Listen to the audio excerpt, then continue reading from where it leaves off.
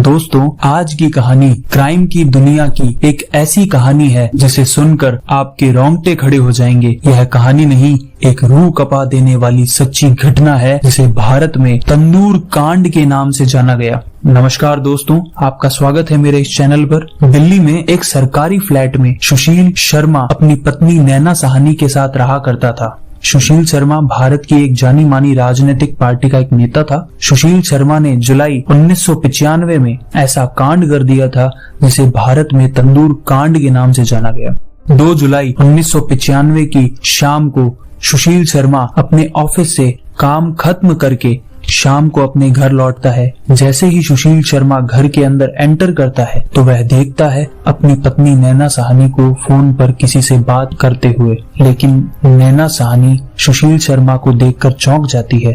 नैना Sahni phone को रख देती है। तब सुशील शर्मा नैना से पूछता है फोन किसका था। तब नैना साहनी कहती है रॉन्ग नंबर था। ऐसा कहकर नैना साहनी किचन में चली जाती है, लेकिन सुशील शर्मा को शक हो जाता है क्योंकि सुशील शर्मा अपनी पत्नी नैना के कॉलेज के दोस्त मतलूम करीम पर पहले से ही शक करता आ रहा था। इसी शक के कारण सुशील शर्मा एक बार मतलूम करीम से बात भी की। इस पर मतलूम करीम ने कहा नैना साहनी सिर्फ मेरी दोस्त है। घर में सुशील शर्मा और नैना साहनी 2 ही जन थे। इसी शक के कारण सुशील शर्मा लैंडलाइन फोन से रीडायल करता है। जैसे ही सुशील शर्मा रिसीवर को कान पर लगाता है तो वही हुआ जिसे सुशील शर्मा का शक था। सामने से आवाज आती है। वह आवाज मतलूम करीम की होती है। सुशील गुस्से में फोन रख देता है और नैना साहनी के पास जाता है और नैना से कहता है तुमने मुझसे झूठ क्यों बोला। तब नैना साहनी अपनी बात रखती है तो सुशील को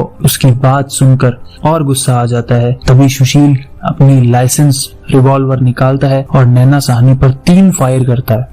पहली गोली छत पर जाकर लगी सीधी एसी को, दूसरी गोली गर्दन पर और तीसरी गोली सीधे नैना साहनी के सर पर। गोली लगते ही नैना साहनी की मौत हो जाती है। फिर सुशील शर्मा अंदर जाता है और पॉलिथीन की बैग लाता है। नैना साहनी की लाश को उस पॉलिथीन की बैग में डाल देता है। फिर घसीटता हुआ उस बोरी को अपनी कार के पास ले जाता है। सुशील शर्मा उस लाश को कार की डिग्गी में रख देता है। सुशील शर्मा कोल मार्केट से निकलकर ऐसे ही रोड पर घूमता रहता है। तब सुशील गाड़ी चला रहा था।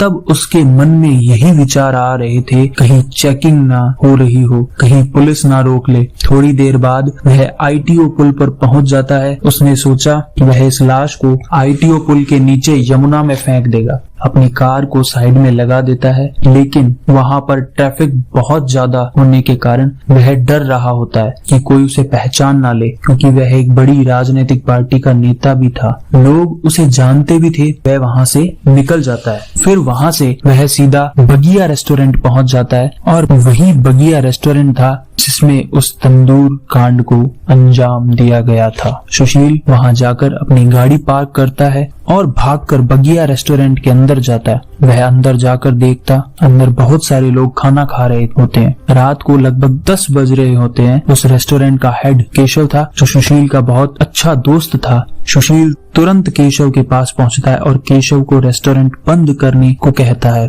और बोलता है सबको बोल दो खाना खत्म हो गया है। तब केशव कहता है ऐसा नहीं कर सकते, खाना अभी बहुत पड़ा है। लेकिन सुशील वापस कहता है सभी को यहाँ से निकालो। तब केशव समझ जाता है कि कुछ न कुछ बात तो जरूर है। केशव नए ग्राहकों को अंदर नहीं आने देता और जल्द से जल्द उन लोगों को बाहर निकाल देता है जो अंदर खाना खा रहे थे। रेस्टोरेंट की सारी लाइटें बंद कर दी जाती है और वहां पर काम कर रहे सभी लोगों को घर भेज दिया जाता है। अब रेस्टोरेंट में सुशील व केशव ही बचे थे। अब सुशील शर्मा केशव को सारी बात बताता है और बोलता है अब इस लाश को ठिकाने लगानी है, और बोलता है किसी को पता ना लगे, हम इस लाश को इस तंदूर में जला देते हैं। ये सुनकर केशव घबरा जाता है। केशव सुशील का पुराना दोस्त होने के नाते सुशील की मदद करने की सोचता है। उसके बाद दोनों बाहर खड़ी कार के अंदर से उस लाश को अंदर लाते हैं। रेस्टोरेंट में साइड में एक तंदूर लगा था और उसी तंदूर में उस दिन रोटियां बनी थी। तंदूर में उस टाइम थोड़ी थोड़ी आग भी थी। नैना साहनी की बॉडी को तंदूर के अंदर डाल देते हैं, पर उस तंदूर में इतनी आग नहीं थी कि एक डेड बॉडी को जला सके। आग को तेज करने के लिए दोनों इस तंदूर में कागज और रद्दियां डाल देते हैं, लेकिन फिर भी आग तेज नहीं हो रही थी। पास में ही एक बर्तन में बटर था। सुशील उस बटर को तंदूर में फेंक देता है और जैसे ही बटर को आग में फेंकता है, आग तेज हो जाती है और नैना साहनी की बॉडी जलने लगती है। सुशील उस बॉडी को जल्द से जल्द जलाना चाहता है तो पास में पड़ा बटर और आग में डाल देता है। उससे आग इतनी तेज हो गई, दीवार के ऊपर से बाहर आग की लपटें आने लगी। रेस्टोरेंट के सामने एक महिला ने आग को देखा तो उसे लगा आग लग गई है। वो जोर जोर से चिल्लाने लगी तो वहाँ पास से अब्दुल नासिर नाम का एक पुलिस वाला जा रहा था। वो भागकर उस दीवार के ऊपर चढ़कर देखता है अंदर आग लगी हुई है और दो आदमी उस आग के पास खड़े हैं। अब्दुल अंदर जाता है तब केशव सामने आ जाता है और अब्दुल से बोलता है आग नहीं लगी है, अंदर पुराने कागज व रद्दी जला रहे हैं। तब अब्दुल कहता है ध्यान से जलाओ कहीं आग ना पकड़ ले।